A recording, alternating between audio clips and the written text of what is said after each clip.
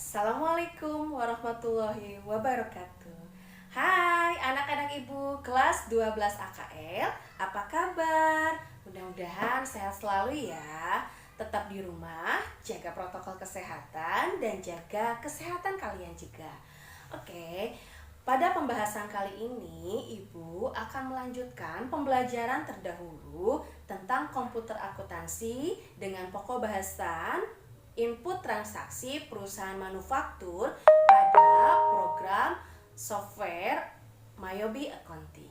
Oke, anak-anak ibu, pada dasarnya perbedaan pokok untuk perusahaan dagang dan perusahaan manufaktur itu hanya satu. Ada yang tahu? Coba apa? Oke, yaitu persediaan. Ya, pada dasarnya itu pembedanya. Persediaan, baik persediaan barang pada awal, input persediaan awal, dan pada input pemakaian bahan, baik bahan baku, bahan pembantu, dan lainnya. Ya, sedangkan untuk transaksi lain, pada dasarnya input transaksi di Mayobi Accounting, perusahaan dagang dengan perusahaan manufaktur itu sama. Sehingga ibu akan jelaskan pembedanya hanya di persediaan tadi. Pada pokok bahasan minggu lalu, ibu sudah mengupload video di Moodle bagaimana cara kalian menginput persediaan awal dan bagaimana jika terjadi pembelian bahan baku ataupun bahan pembantu. Mudah-mudahan sudah kalian pelajari ya di Moodle-nya.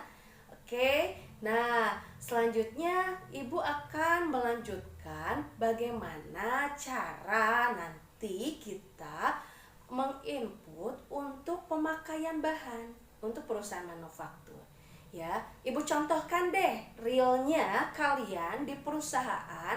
Contoh perusahaan manufaktur, coba misal ya, kamu bekerja di perusahaan industri atau manufaktur, contohnya perusahaan garment atau perusahaan makanan atau perusahaan pembuatan mebel dan sebagainya, bahwa ketika kita awal membeli barang untuk bahan baku barang-barang tersebut, ibu contohkan kita akan membuat roti. Bahan-bahan baku yang kita butuhkan misalnya terigu dan lain sebagainya.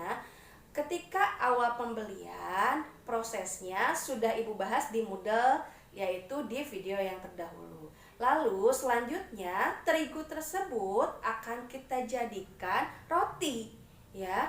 Nah, pemakaian terigu, mentega dan lain sebagainya itu yang akan kita input di video kali ini, ya. Sehingga akan ibu bahas terlebih dahulu bahwa yang akan kita pelajari itu adalah proses kombinasi antara pencatatan metode harga pokok periodik, yaitu laporan untuk pelaporan keuangan, dengan metode harga pokok perpetual itu untuk mengetahui kuantitas bahan baku, pembantu, dan barang jadi. Sehingga kita juga perlu menghitung untuk satu buah roti kita sudah menghabiskan berapa terigu, berapa mentega, dan sebagainya. Nah, untuk metode perhitungan harga pokok menggunakan kombinasi tadi, yaitu metode perpetual, itu adalah moving average atau rata-rata bergerak, ya, untuk bahan baku dan bahan pembantu tadi. Terus untuk metode harga pokok taksiran, yaitu untuk barang dalam proses yang belum diselesaikan dalam satu proses produksi. Sedangkan ada lagi metode harga pokok standar, ya. Nah, selanjutnya kalian pada Moodle terdahulu kita sudah tahu, cara input pembelian, misal pembelian terigu dan sebagainya, itu seperti apa cara inputnya. Sedangkan sekarang yang akan ibu bahas adalah bagaimana jika pemakaian bahan baku tadi. Misal kita menggunakan terigu, mentega dan sebagainya untuk menjadikan suatu barang. Ya, kita klik di model inventory, lalu klik adjust inventory, Lalu diisi tanggal transaksinya. Ibu contohkan dalam hal ini misalnya 12 Januari. Lalu selanjutnya memonya kamu bisa sesuaikan, misal pemakaian bahan baku untuk barang A misalnya. Ibu contohkan di sini misalnya barangnya barang A saja, ya. Lalu kamu cari di description itu, kamu cari bahan yang digunakannya. Misalnya persediaan bahan X atau persediaan apa. Lalu kuantitinya kamu isi dengan tanda minus. Ingat, tanda minus ya. Lalu unit cost-nya kamu tidak usah mengganti-ganti dengan angka lain. Itu sudah otomatis adalah harga rata-rata untuk barang tersebut, ya. Sehingga kita tidak usah menggantinya kembali. Lalu pada account, ya, kita masukkan biaya atau kelompok akun nomor 5, ya. Biaya bahan apa?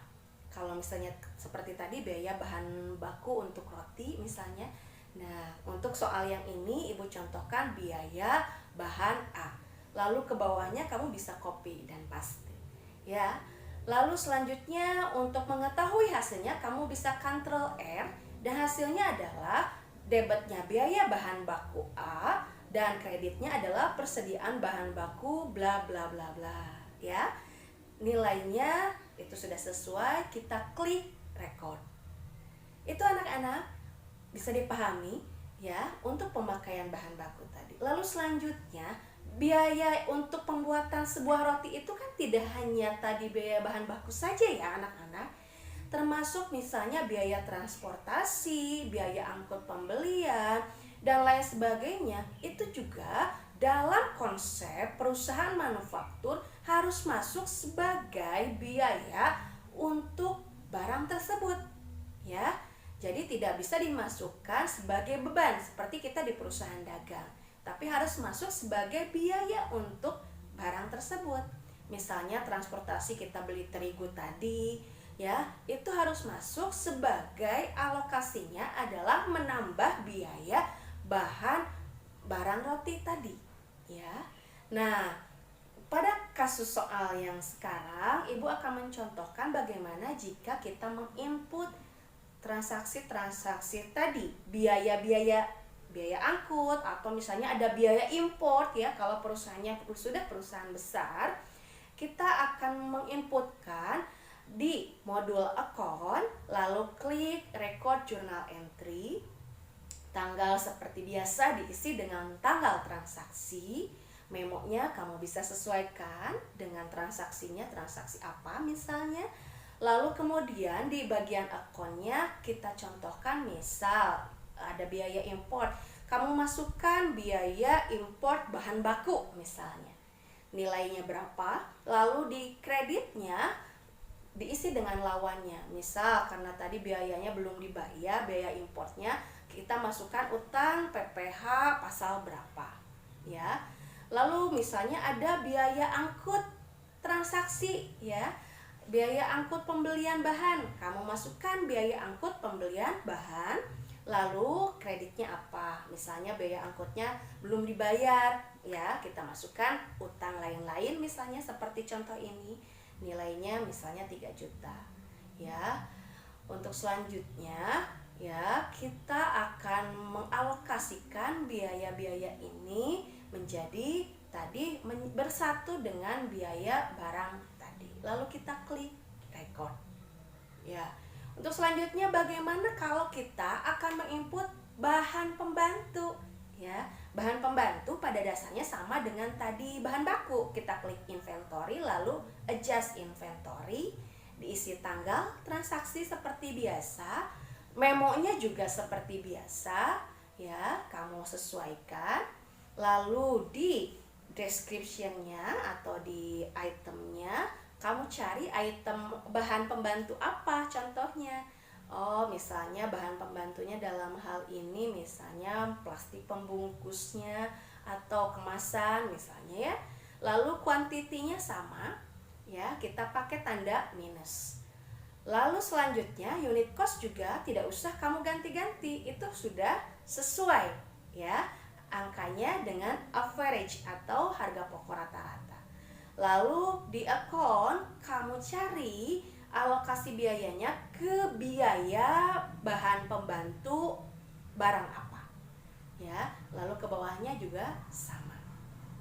Selanjutnya kita Ctrl R untuk melihat transaksi tersebut, yaitu biaya bahan pembantu di debit, dan kreditnya yaitu kamu persediaan bahan-bahan pembantu tadi. Lalu klik record. Ya, untuk selanjutnya sampai sini mudah-mudahan kalian bisa memahami transaksi-transaksi barusan, ya. Dan akan kita lanjutkan untuk minggu depan adalah penginputan alokasi biaya tenaga kerja.